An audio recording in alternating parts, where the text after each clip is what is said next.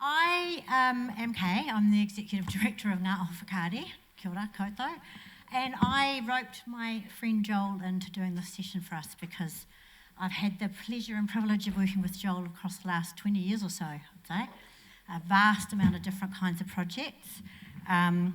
We've worked in lots of different ways in terms of things like a miharo, a tamariki show where Joel worked with tamariki vocalists and wrote and recorded a song, and also did score composing for our animated series within that, and sound design too, through to things like He Toki Hina in New Zealand and Afghanistan, which he worked with. We brought in Afghan musicians, and so we could work with the sensibilities of different kinds of instruments, and that was sort of fully scored piece. And then things like the Polynesian Panthers doco, where leaned into the music of the times of the late 60s, early 70s. So Joel has an incredible body of work, and we're going to share some examples, not many of mine, but that's okay, Joel, that's all right.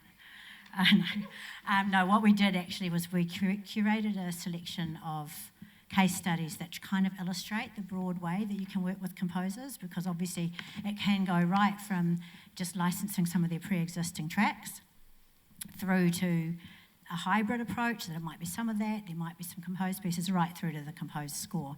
So Joel has very kindly spent quite a bit of time curating for us a collection that is just a tiny snapshot of the amazing work that he's done over the years. But the attempt is to show a few different ways that he's worked, and he's going to tell us about that. But before we get into the case studies, there was quite a lot of talk. Thank you, Tim. Nice segue into how does one get into writing for the screen. So I was just going to ask you, Joel, how did you first sort of transition from being a child savant playing in Cause Celeb? Was it Cause Celeb? Yes. Yes, at like 14, and go from making your own music and playing live and being a highly revered session musician, etc. How did you make the transition into composing for screen? It's hard to remember, actually. Okay, so I think it was getting my music into the hands of somebody in the industry. So that would have been, I had done a CD of acoustic music that ended up getting into Adam Holt's hands, and he had a project called Mercy Peak that was a SPP project. So yeah, it was just I guess a case of getting my music heard by people. So I guess to answer your question, that would be the way to do it. Get your music out there into anybody who's in a production sort of scenario. Yeah. And also segue from Tim, there was an allusion there between that difference of staying true to your artistic vision, but also how would you describe the distinctions between making music of your own as an artist and the difference between that for composing for a client for a screen production? They're two very separate issues. So I guess just because you make music, it's not necessarily going to work on a production. So they're very different types of music. I guess production music needs to be out of the way quite often of dialogue. Be very supportive, be very subliminal. Using quite subtle elements. So it's really the opposite to making your own music, I guess. Yeah. Does that answer that? I think so. I mean, I know that with working for you, because obviously you've got to work to a brief as a composer. Yeah. For something you're working to a brief, so it's quite different. But let's get into some examples that'll show us that. So the first one that we're going to look at is from Artifact, which was a documentary series produced by Greenstone. So this one was interesting. So I wasn't the producer on this, but I was a director on one of the episodes, and the episode I happened to direct was on Puoro. So in the process of it, we came up with this idea that kind of what we did for the Puoro episode would lead into also recording the theme song. So we were dealing with a taonga Puoro artist, and it was a really interesting experience for me, which isn't this clip, but we shot the actual recording session where we had a pianist, we had a taonga Puoro artist that kind of came in and jammed for the day, really, didn't we, in the studio, and then Joel basically created the titles track out of that. But also an example that this was part of a whole music suite. So there's the titles, then there was, the stings, there were themes and beds that were able to be used by the editors all the way through. So this is kind of an example of having a whole suite of music that creates the brand and the mood of the whole series. So we'll show the clip and then talk about that creative Taonga process. Puoro are Māori musical instruments unique to Aotearoa. And like many aspects of Te Ao Māori, theirs is a story of ancestral knowledge silenced and now reawakened. Can these ancient artefacts sing again? And what can they teach us?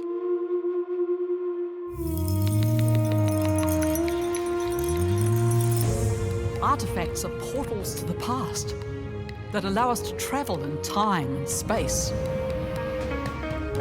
Join me on a quest to unlock the stories of our taonga.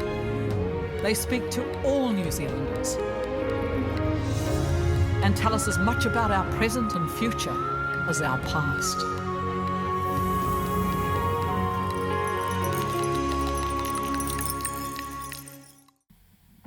Cool.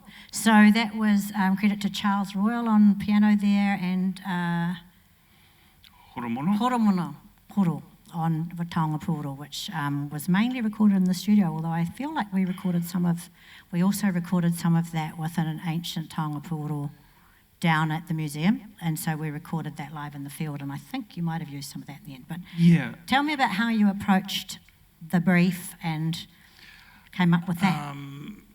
The brief, I guess, well, there was a need for a theme song, a piece of music for the theme. So we just got the three musicians to basically get in the studio, respond to each other. So it was a bit touch and go at first. It took quite a few hours to get them accommodated to the situation, and then when they got when they started making some nice tones together, then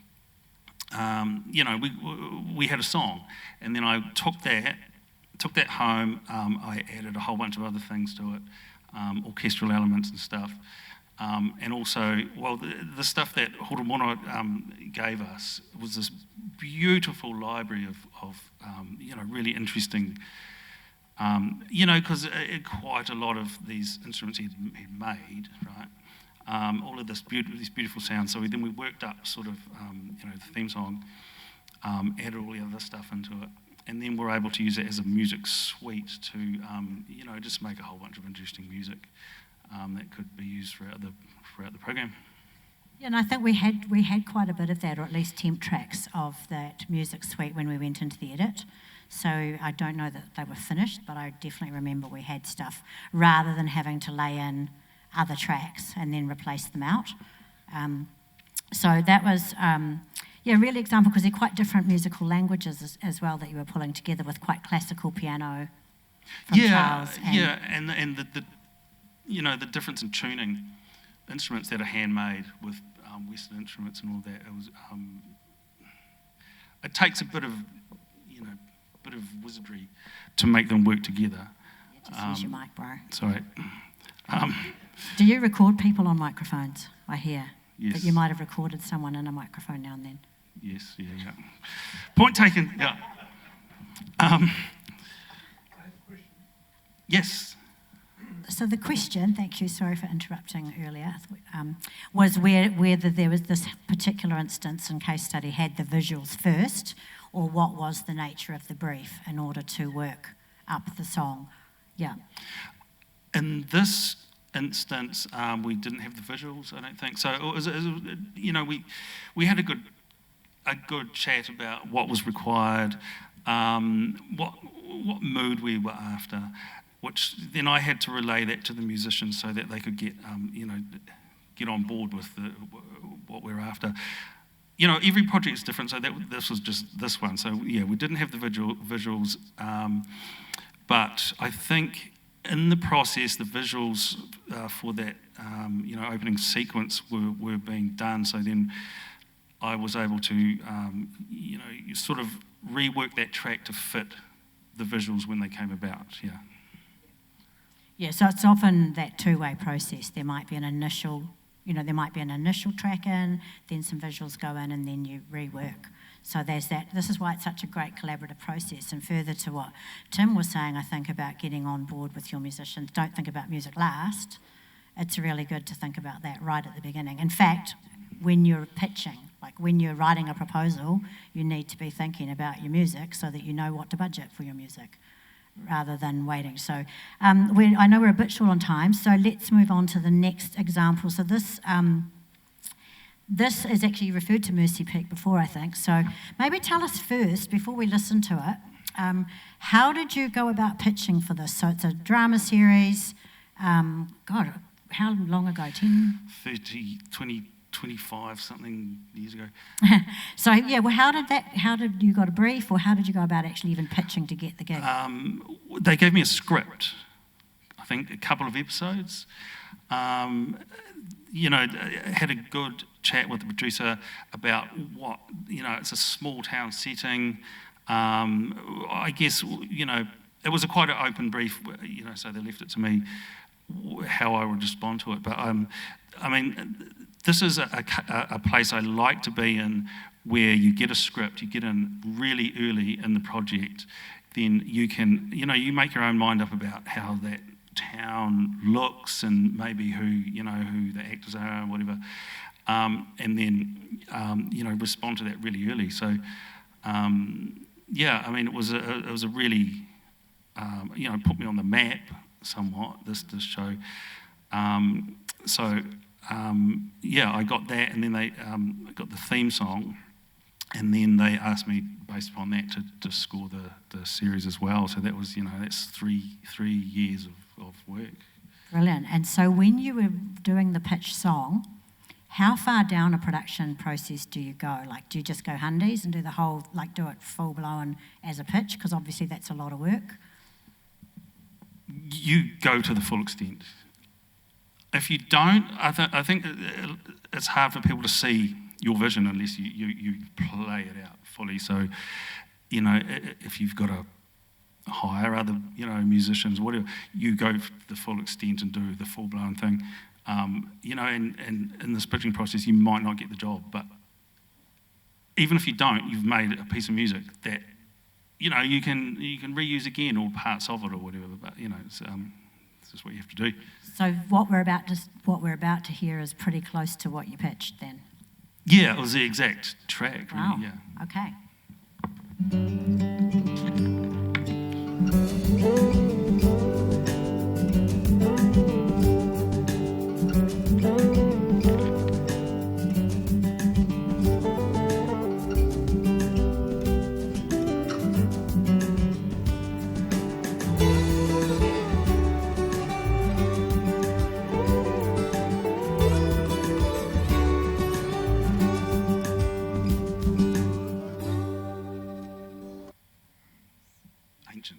Ancient, yeah, but really, really interesting to learn that you'd have to go to that full extent sometimes to get the work, and it paid dividends there, of course, because you then got to score the whole series.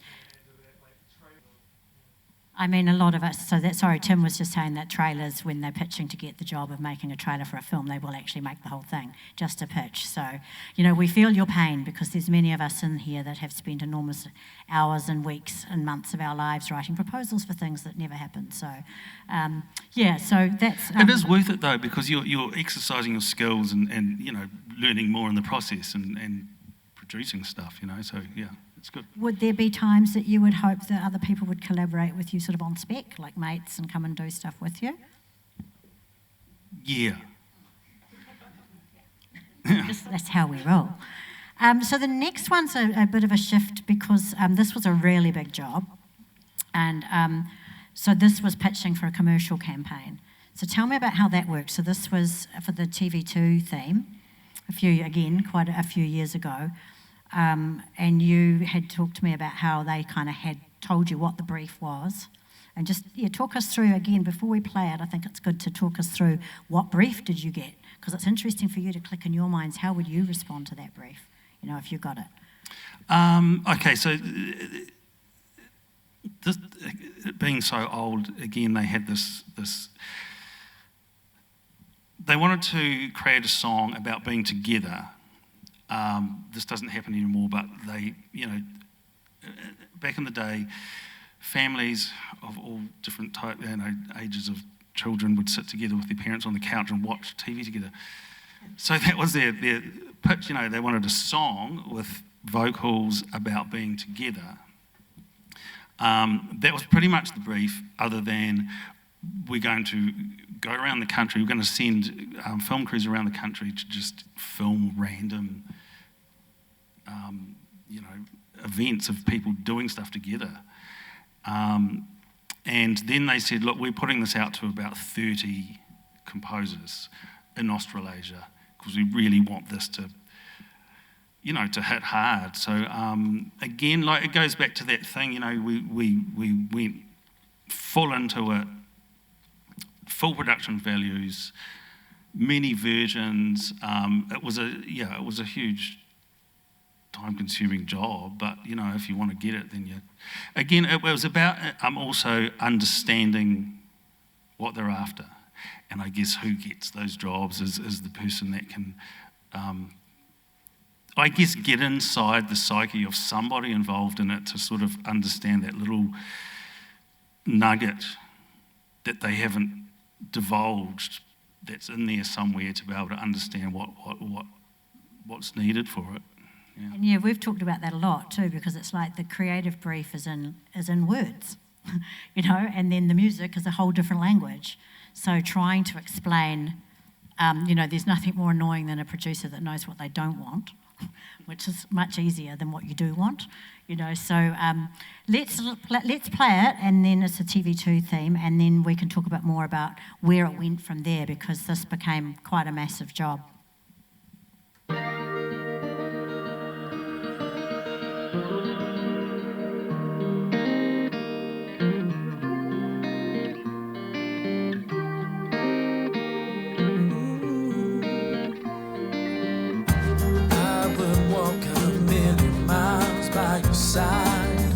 And I'd smile a million smiles all the time. So I'm always there with you. Take the time, stop and walk with me. Be a happy. Take the time to stop and watch the show. Watching daylight slide, and then we'll know this is where we'll be. Take the hand of time and then we'll see. The only place to be is together. Yeah. Anyone feeling nostalgic? Anyone recognise who that vocalist is? Oh, nice. Nice good work. Oh. So why was Ben Lummis famous at that time? So tell us about from there. So you presumably didn't pitch with Ben, who did? You had a different vote. Oh, and also big ups to Charmaine, wrote the lyrics, I believe, for that. Nice work, right? Charmaine. Nice work. Who was in? Did you have a different temp? How did you land on the vocalist? I think we worked with about four people all up. In the pitch, did you? Yeah, we had. They wanted to hear different voices on it. So there was sort of an earlier version of that track. So I played them that first without the vocal, and then we showed them the lyrics that Charmaine had written, because they didn't even supply lyrics. They didn't say what they wanted said or anything. They left it completely open. So then we went down the process of getting a few singers that I know to put sort of demo vocals on, and they went, yeah, we really like the song, but we want a star quality vocal. So it came down to either Dallas from Freddie's or Ben, and they went for Ben. I think maybe it's because he just had a more commercial sound, but he did a beautiful job on it. All of them did, but it came down to that, and I think it worked out. Congrats, because to beat out all of those others there around Australasia is pretty amazing. But also that you told me about how that then extended out to just see where these jobs go, that there was multitudes of versions. And 45 versions of it in the end. Different cut downs, because it was, there was a Sunday night movie opener based upon that. There was a female vocal version, which we did a sort of a slower version of, I guess. 3-second versions, 5-second versions, 15-second versions, 30-second versions. It was a massive job. It went on for months. And then, but the reward is then it played for 3 years. Pretty much after, every time you turn the TV on, there's a bit of that on. Big job. So we're going to turn around and get back into more TV sort of, these are both examples of documentary projects. These ones Joel chose, because there was kind of a hybrid approach, I think, for both of these. This is Ake and Waharoa, where I think, believe that you created a palette ahead of time, so like some temp tracks, some things to work with, and then as resources allowed, I think you might have redone some music specifically. It often, of course, like anything, it comes down to budget. What can you afford to do? But let's have a look at Ake and Waharoa clips, please. This is a call out to all our supporters across the motu to come to Ihu Mātau and stand with us to protect our whenua from development. I'm just another person in this chain of struggle. I inherited this from my tupuna, and my descendants will inherit this after me until we put a stop to it. All I could think about was it's our responsibility to not fuck this up, basically. And that sun going down on that day was either A, is this the end of all of this, or is it the beginning?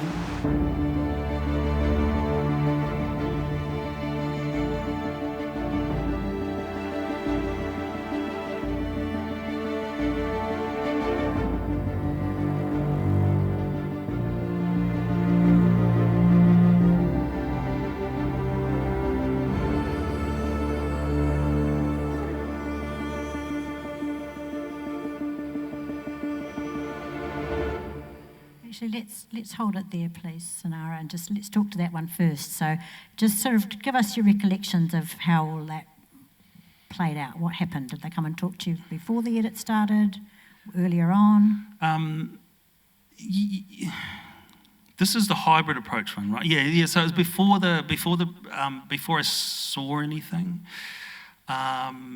So I guess we have the conversation about what it's about, what we're trying to achieve with the music. So in this hybrid approach, I'm all about let me get in really early in the project, because we want to brand this. Was it three I think there were three episodes? Yeah. With its own sound right from the start. So let me get in really quickly, work up a whole bunch of tracks based upon the conversations that we had, then give it to the editors. And that's usually when things stick. So editors are really, really great to work with as a composer, because they're after the tempo, the guts of it. So then as soon as they've got it, then they start playing with it. Then it was a sort of a back and forwards approach. We love this track, but it's just a bit dense. So then we can do just do another version of that track, strip things out or whatever. And then it's way more useful for them to have different versions of that track. So it's not the full-blown scoring to pictures, it's giving them a palette, I guess, and then going back after, when it's starting to be placed into the episode, then we can go back and we can tweak things and move things around. And that, again, for the producers that are here, I think it's really important to have those budget conversations at the beginning in terms of how much toing and froing you imagine you're going to have, and how many times you can go back and ask for more things, because I've abused my friendship with Joel over the years. I'll just confess that here now in terms of just going back for more and more. But just like anything, you know, it's the same with graphics, but, you know, so just being clear about how that can work. And I think in that case it worked quite well too, because you had a pre-existing relationship with the editor. You'd worked with Emma before. Yep. So when the editor's on the same page as well, they'll kind of know. So this was another, I think the next one is another example of where you did some temp stuff. Is that right? Yeah, but we changed this out. Oh. Yeah, that one is a bit shorter. To me, it's about time they get to hearing about our life in Pukekohe. Here they thought that, oh, you guys are living it up in Pukekohe, in amongst all the vegetables. But not so. What was really going on? We were treated like dogs. No Māoris allowed. That's all they said. No Māoris allowed. This is what they call the dark side, and everybody called it the dark side. It's just had that name. You see some pretty rough-looking places around. Probably all Maoris live in this street. Probably on the dole or something like that. Yeah, they got plenty of time to work. They could do it. They didn't want all the Maoris to live together, otherwise it'll turn into a ghetto. So they tried sticking one or two Europeans in amongst them. And that didn't go too well with people, because they built a house and they said, well, it's going to be Maoris next door. No, I don't want that place. I want to go somewhere else. It wasn't called racism.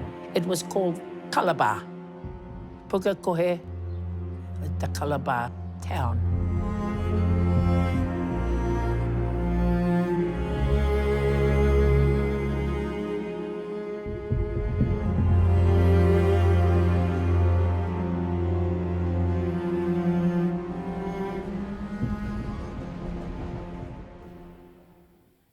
Beautiful. What struck me seeing that, because I didn't see that clip earlier when you're playing down, where for me that's almost where the composer's almost it's also into the sound design territory. It's you know, providing that mood. And you did speak earlier about sometimes the music is almost succeeding best if people don't notice it's there. Yeah, they shouldn't notice it's there. It should just be completely supportive. And it's a really interesting part of this job. You're a cog, right? And there's so many people involved in making this brilliant piece of work. So yeah, you're there to just support what you know, what you're saying. And obviously, this project was heavy, really, really heavy, right? And you know, so yeah, it was a case of not overdoing that, not overplaying that card, of just being there for, you know, for that story to tell itself, really. Yeah. So when you said that was hybrid, so how much of that was pretty much scored to picks? It's the same approach. Yeah, I did a palette, but you know, we have a good relationship with the you know, who we were working with. So you know, we had good conversations about it. Everyone understood what needed to be done.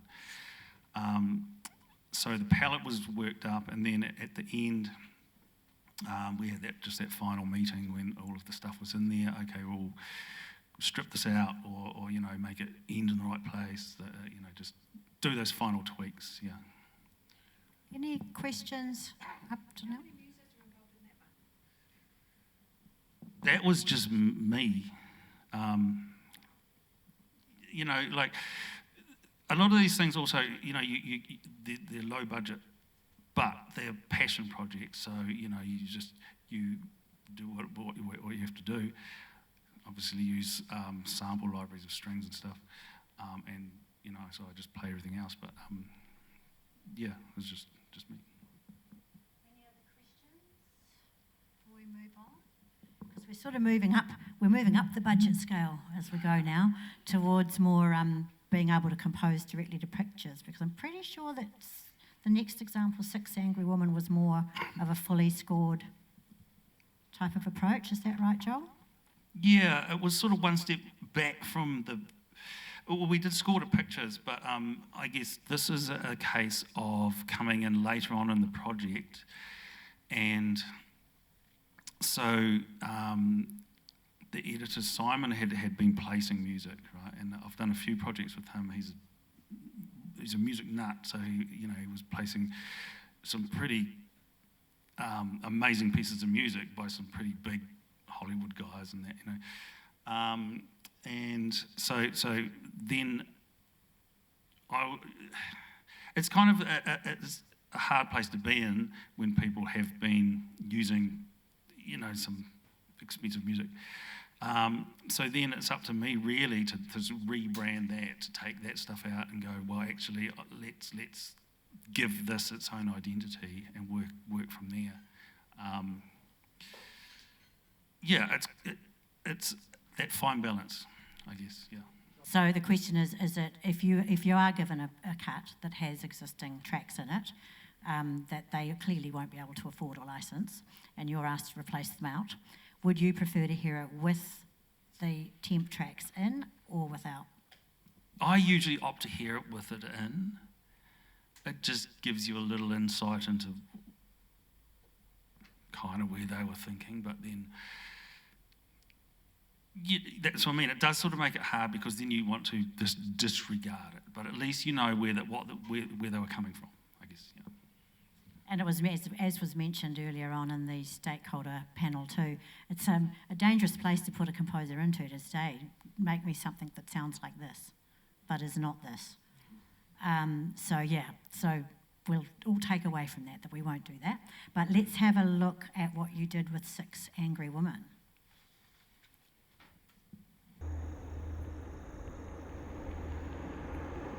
In 1980, New Zealand, with 94 countries, signed the United Nations Convention on the Elimination of All Forms of Discrimination Against Women. Its principles are legally binding and call for equality in all fields, but the Prime Minister says that it won't happen because the Convention's too divisive. I would hope that these women's groups who are making statements at the present time would accept that fact.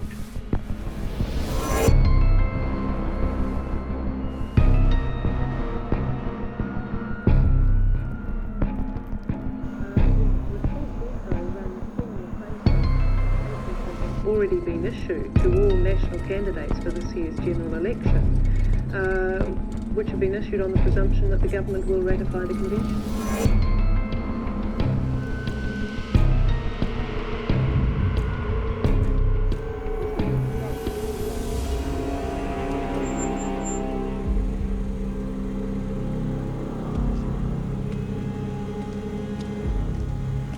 Hi, Melanie.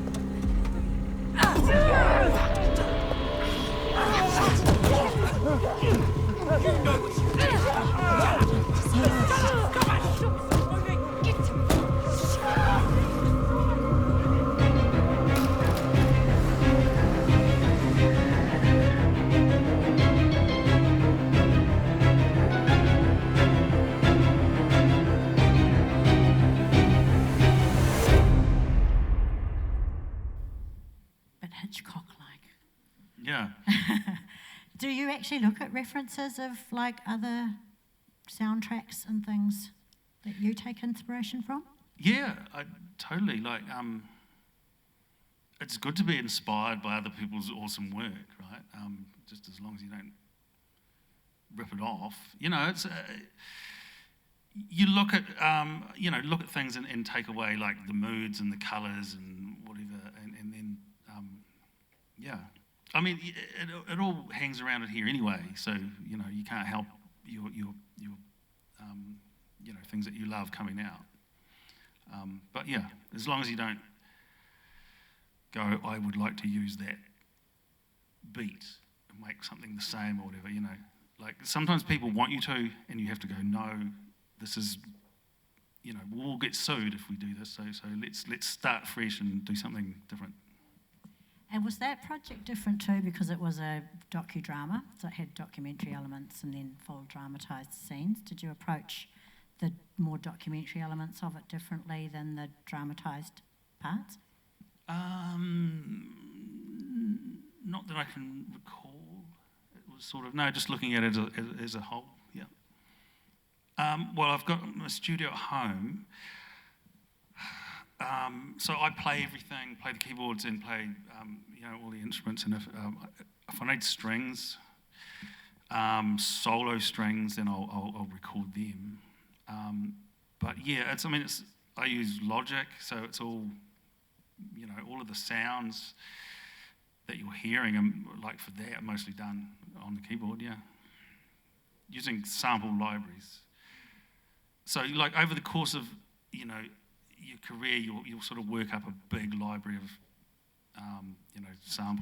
sample libraries, and it's good to just have a huge library of weird stuff, and also just stuff that you've recorded over the years that you can sort of, if you can be bothered, you put that into other libraries of, that you can draw upon later, yeah. As well as being such an amazing creative, you actually have to be really disciplined, don't you, with all of your file keeping and your recording and... Oh, yeah. Like you're dealing with so many files, like on a show that we do, Broken Wood Mysteries, you're dealing with hundreds and hundreds of pieces of, cues per episode, and then you split those all out into stems for the mix. So if you haven't got a handle on it, then you get lost. It'd be preferable to hire somebody else to do it, but I just need to know that I've got everything sorted for the final mix and that. Yeah, it's a bit of work. Yeah. So that's, I guess, where the discipline, the discipline of it comes in. So the question was, if you are recording, for example, taonga Puoro samples, what and how do you negotiate with the artists to keep that in your library to be able to be used on other projects? I think, we've just sort of negotiated with the artist again if we want to use it again, or else we will get somebody in. Look, it's usually better to start afresh. If I've got a library of stuff, then we can use it to work up sort of a temp track or something. But yeah, it's always better to work fresh. And like I said, like working with taonga Puoro is, there's that tuning issue to try to fit it into the Western scale. And, even though there is software that can muck with the tuning, you can still kind of hear it. So yeah, it's better to work with somebody, have a good relationship with somebody that can play stuff on your track, yeah. We did have a taonga Puoro artist here earlier, I think. Is there anyone here still? No, that's right. I was going to find you a new contact. The last one is more of the full score to Picture Lock, I believe, with This Way of Life. You pretty much got delivered up a locked cut, pretty much, and scored to that. Is that right, Joel? Yes. Yeah. Yeah. So this is sort of a different example of like another approach, obviously, is a producer's coming to you with their fully finished thing, and then you're composing to the pictures as are locked. So let's have a little listen to This Way of Life.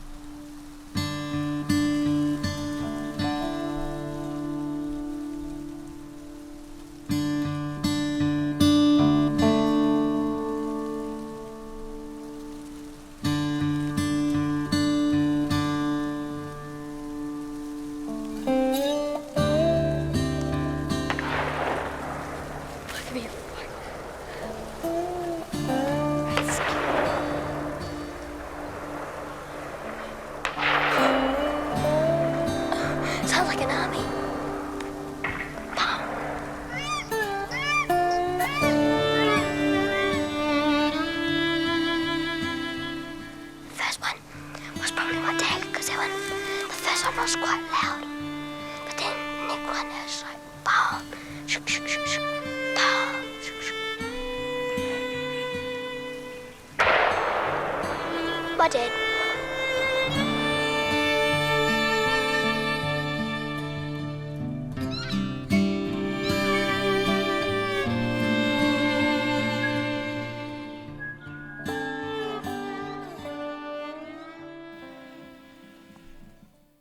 Beautiful. So there's that particular thing that I've always been amazed by, is that alchemy of being able to make it work with the timings and things that you've got. So tell me about that. How do you do that? Oh, who knows? Yeah, so this had no music on it. So they were just like, here's a film. And I mean, I kind of like that scenario where you have to fit in with it. You know, that goes back to my thing about being, you're this cog in this machine that creates this like awesome thing. So all of these little components come together. And that's why, you know, that's really interesting. They give you something and you go, wow. And then, you know, the mind starts working. You know, you come up with something immediately, really. It's like the first thing that you hear is usually the thing that's going to work the best. Did they have any kind of brief of like what sort of instrumentation they had in mind, or any references, or did they give you notes as where they wanted particular dramatic beats, or did they just let you respond to the naked cut? Well, there was notes on where. You kind of need that. Everybody's different. Like everybody likes different instruments, likes music in different places, likes different density of music. So you've got to ask a lot of questions, or else you're going in a bit blind. So, you know, you can't be scared of bugging them to understand where they're at. And then, you know, once you've got that information and you've got a good relationship with them, then you can go away and, you know, they just leave you alone to respond to the movie they've made. It's nice. So they didn't say, we like the music of this one, or they didn't really bring you references as such? Not really, no. But I mean, you know, like, it's so nice about a project like that. You're looking at this incredible scenery. The quality wasn't that good, sorry, but when you're watching it like in the cinema, then the quality's amazing. You get to see this incredible scenery of this beautiful country, and, you know, then, you know, I guess the music just comes out, you know, takes care of itself, really, yeah. Well, I think we've got time to squeeze in one more, because I know this was also a really mammoth job for you. So just tell us, before we view it, tell us about Colours of China. I think a lot of us here won't be so familiar with this project. So this is the co-production scenario. It's the most difficult scenario that there is, in my opinion, because you've got everyone wants to be the boss, but, you know, so you've got you're getting all of this weird direction from 3 different production companies who can't agree on what they want. So yeah, this one was really hard. They'd been shooting for, I think, 2 years already in China, and they all wanted different things out of this film. You know, not just the music. They all wanted it to look different, to feel different. So yeah, it was. And then we worked on it for another 2 years, and it was 5 episodes and then a cinematic version. It fucked my brain up pretty much, yeah. I was there. I remember. So this was German, Chinese and New Zealand co-production? Yeah. Right, so you had sort of taskmasters and different time zones and different cultural backgrounds and different things. So did you tell us whether there's also, we're utilising traditional Chinese instrumentation in this as well? Yeah. And I also put some Tonga Puoro in there as well, because it didn't have to only be Chinese. And at the outset of it, it was mainly run by the German production company, and they said no Chinese instrumentation. But then in the end, they actually did want Chinese instrumentation, so this process just went on for ages of endlessly pitching different things, of them going, no, no, no, and then it came back in the end to the very first tracks that I pitched, 2 years before. They were like, this is the one, why didn't you do this? Yeah, it was... Right, let's have a listen, and then if you've got any questions, we can ask about those. In China, there is an ancient philosophy based on thoughts that are thousands of years old. It's called Wu Jing. According to Wu Jing, there are 5 colors that dominate the cycle of life. Green, like spring and growth. Red, like the heat of fire.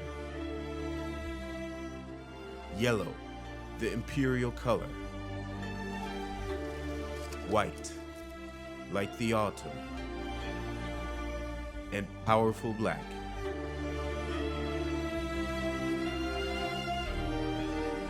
On a fascinating journey through China, we will explore the meaning of color and learn how it continues to influence the lives of people in contemporary times.